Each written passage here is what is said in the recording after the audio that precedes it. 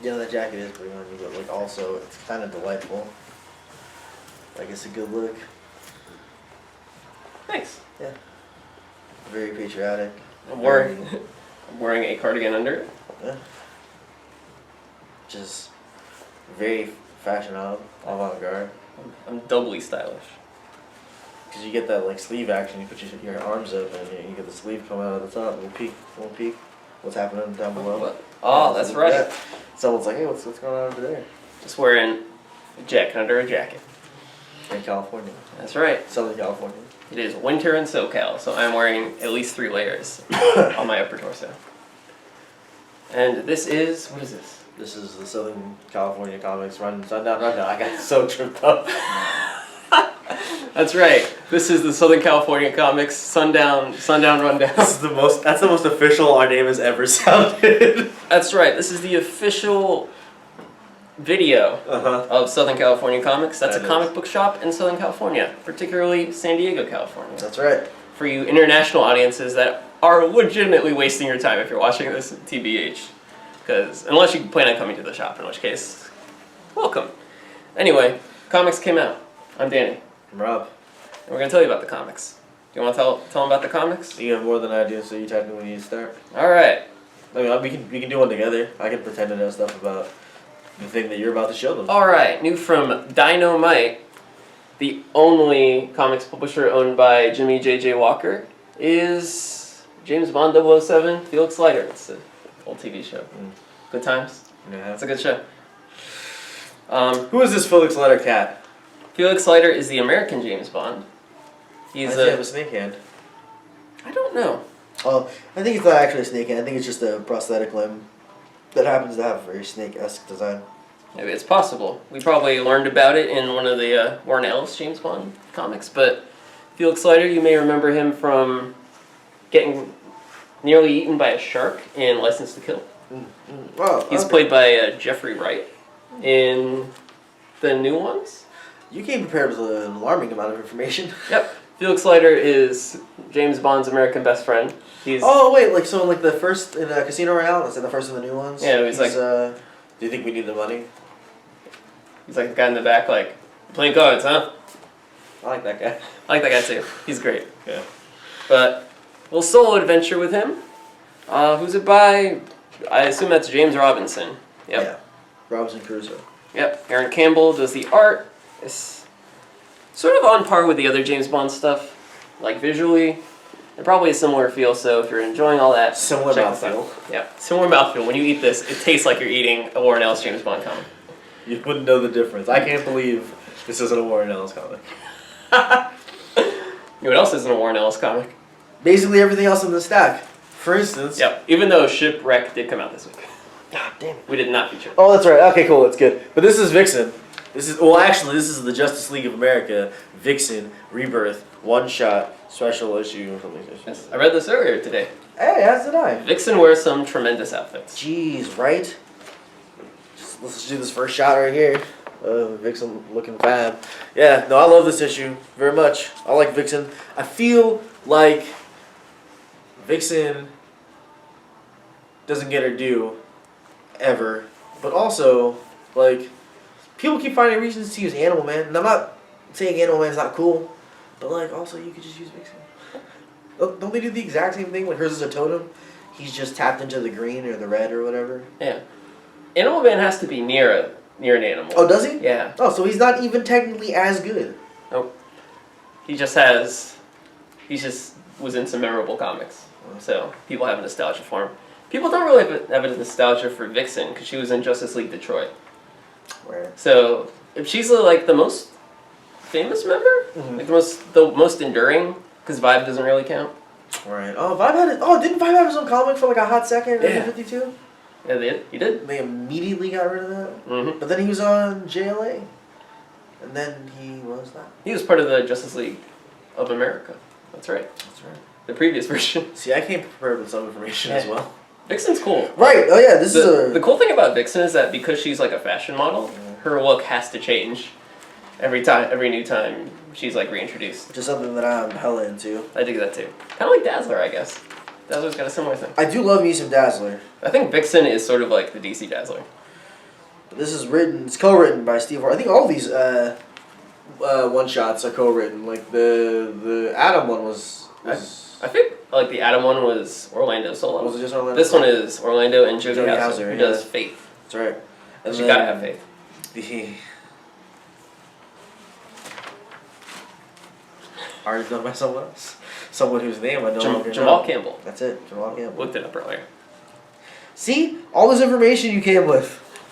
I work here and I have nothing for these people. Except for this really dope. Oh, that splash is great. Beautiful. You should read it. Check it out. Check it out. Yep. New image number 1. Haven't had a lot of new images numbers. Yeah, it's been numbers 1 lately. bit. But we got God Country. Pretty good, great logo. This is from Donnie Cates and Geoff Shaw. It's like American Gods pretty much, but like kind of westerny. So if you like Neil Gaiman but don't like British people, check out God Country. If you ask one of my coworkers, only women read Neil Gaiman, so which is I feel like such a it's so preposterously that's incorrect. Remarkably sexist.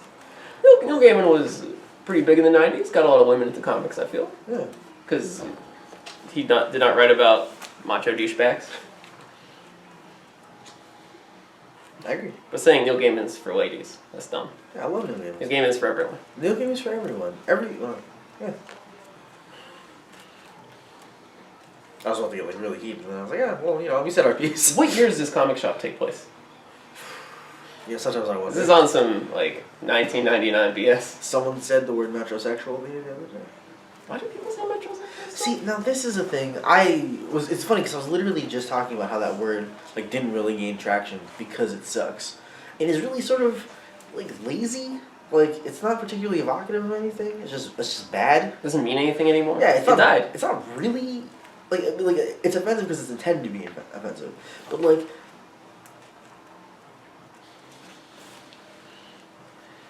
I think eventually people caught on to like, oh, you're saying someone's metrosexual.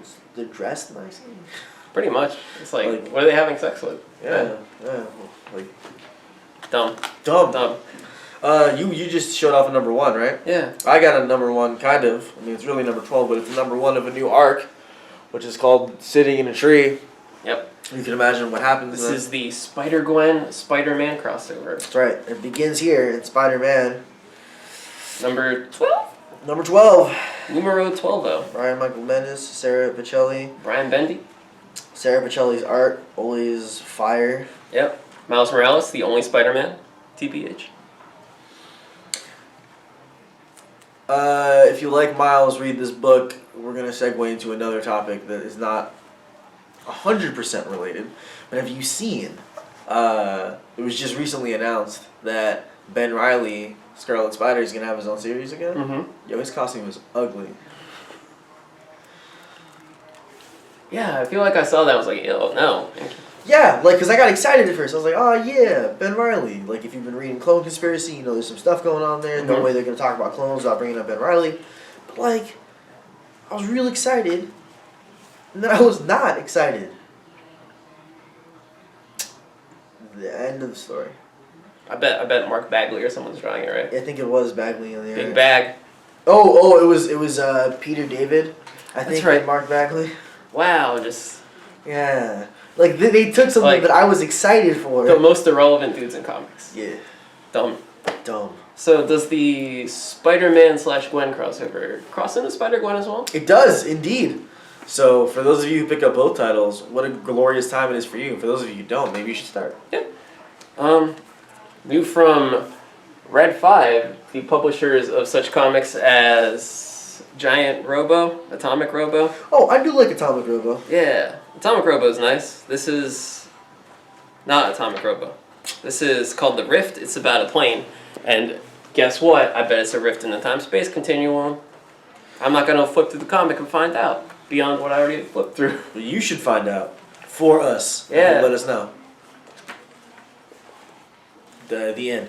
I don't have any more number 1s, so you're going to have to settle with some series that are already going, but are pretty interesting. At least I've been enjoying them. Like, I was concerned, because I'm about to talk about 2 different events, big events happening in Marvel and DC. And I was kind of burned out after... Civil War 2. Not very good. Do you remember, for those of you who are longtime fans, you may remember that, like, around issue 1 or 2, I was like, yo, the, like, philosophical elements of this story have the potential to outdo the original Civil War because, like, they can explore some really great themes, and then they did not do that. No, they mostly just argued about Spider-Man for, like, the last 2 issues. Yeah. And, like, there's already a Captain America book. We don't need, like, what's going to happen to Steve Rogers. It doesn't matter. Either way, DC's doing something. Hey-oh! It's, the Justice... Which way is it? Justice League. Suicide... Oh, no. Justice... Wait. We'll get to it. Justice League. Suicide Squad. That's right. That's right. This is issue 4. This is Josh Williamson. I like Josh Williamson, personally. And Fernando Passarin on the art. And, I mean, it's a fun little thing. It's the Justice League. It's the Suicide Squad. They're fighting, like, together, but also against one another. And there's, like, another Suicide Squad. And, like, Amanda Waller. Counter squad. Yeah, Amanda Waller gets to, like, yell at people, which is great all the time for me. It's a more pure form of superheroics. Yeah, this isn't trying to do anything, like, groundbreaking, but I enjoy it. It's Sometimes fun. you just need that. Yeah, exactly. And trying to do more doesn't always work, like Civil War 2. But, yeah. Max Lord. Glad he's back. He's back. Who else is back? Thor, the important one. This is number 1 of a new story arc. This is actually number 15. It's still Jason Aaron and Russell Dodderman. I gotta say, though, the less important, Odinson, I'm digging the dad haircut. It's like late period, like, wrestler used to have long hair, like your Edges and your Christians and your Jerichos. That's very true. Yes, this is the Asgard Shi'ar War, which sounds pretty fun. Yeah, it's one of those things where I'm sort of surprised it hasn't happened sooner. Agreed. Look at this gladiator, though. You are being conquered. Because even in, like, Hickman's Avengers stuff, like... No, Shi'ar. No, isn't there... There's, like, a council of... Oh, yeah, maybe you're right. Maybe there are no Shi'ar. I feel like there's no Shi'ar. Either way, there's, like, a council of planets who are like, what should we do about Earth, or whatever. And Asgard's like, hey, you can't do this. And then other aliens are like, yeah, we can. You should probably reread that. That's all I got to say about that. That's all you got to say? Alright. Speaking of aliens... or things tangentially related to aliens, we've got issue number 2 of an event that I've actually really been loving because I love Emma Frost. Inhumans versus X-Men. Are you currently reading this? Nope. Are you caught up with this? No? Is it good? It's another one where it's pretty pure in premise. We know the Inhumans and their Terrigen Mists have been messing with the X-Men and, like, you know, their ability to live in junk. Mm-hmm. But, like, seeing, like, this feels like... unlike Avengers vs. X-Men, where I was like, I don't really get why they're fighting. Obviously, the Avengers are wrong. Like, reading this, I'm like, okay, yeah, the X-Men are, like, in the right, but, like, if you were an Inhuman, you'd not want to, you know, eliminate the chances for new Inhumans to be created as well. It's a good situation to have these two people fight over. It's a good reversal, because, like, the X-Men are actually being threatened by this, like, emerging group, which is how everyone else feels about the X-Men. Mm-hmm. So it's kind of cool to explore that. Yeah, and, like, the art's really good. Who drew this one? I think it's still Lionel Yu who's doing the art. Oh, Lionel Yu. Lionel Francis Yu. I mean, that's also, like, it's very easy for me. I love Lionel Yu's art. Like, it's good. I dig it. But yeah, no, I think it's a wholesome, fun event, and you get to watch X-Men beat the snot out of Inhumans. It's great. All the Inhumans are pretty generic, aside from, like, the originals. I like the Inhumans, but I'm not going to disagree with that statement. They need better designs, I feel. Oh, yeah, that's 100% true. Last for me is New Superman at number 7. This is the first issue of a new story arc. It's called Training Day. Pretty good comic, I gotta say. Did you read the last one? I did. I like that. The whole, like, his ability to channel Superman's powers are based upon his, like, devotion to the craft of Superman. Yeah, it's really fun. Yeah, this is kind of a book everyone's sleeping on, I feel. Yeah, like, you fools. knock off Chinese Superman, knock off Wonder Woman, knock off Batman. Trying to be good superheroes. It's good fun. Art's by, I think, Billy Tan this issue. It looks really good. Like, this is a fun sort of legacy thing without, like, the trappings of a legacy thing. Because, like, usually it'll be, well, to speak of legacy, the Titans, you know, it'll be like some protege of these characters taking the mantle. So to see these mantles almost get, like, I guess the best word would be appropriated by China, and then seeing people sort of, like, fill that role. I don't know, it's good. It's human, it's raw. Yeah. WWE, raw. Yeah, I think that's it. Yep. All right, well, that's it for us. Yeah. See you next week. One of us may be slightly less patriotically themed. I found this, so I wore it. Which is really, I think, the best lesson you can take.